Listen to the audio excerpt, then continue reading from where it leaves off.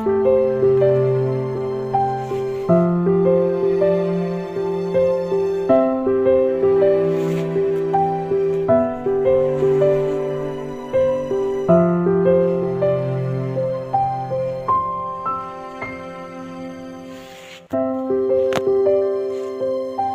मित्रांनो, माझे नाव रमेश कोल्हाम. मी गुरुवार रापा सबनीस विद्या मंदिर इयत्ता 9वी मध्ये शिकत आहे. जसं की आपण पहिले हातातील पेनापासून ते घरातल्या इतर वापरांतील गोष्टींमध्ये प्लास्टिकचा वापर केला जातो. एकूण जगात प्लास्टिकच्या उत्पादनांपैकी 40% प्लास्टिकचा हा भाग निसर्गात कचऱ्याच्या रूपात फेकला जातो. प्लास्टिकचे विघटन व्हायला सुमारे 400 वर्षांपेक्षाही जास्त कालावधी लागतो. ही गोष्ट इतर प्राणी, पशु पक्षी व आपल्या मानवी जीवनासाठी हानिकारक आहे. आपण होता येईल तेवढा प्लास्टिकचा वापर कमी केला पाहिजे व प्लास्टिक रिसायकलिंगला दिले पाहिजे. तरच या प्लास्टिक रूपी अजगराच्या विळख्यातून आपल्या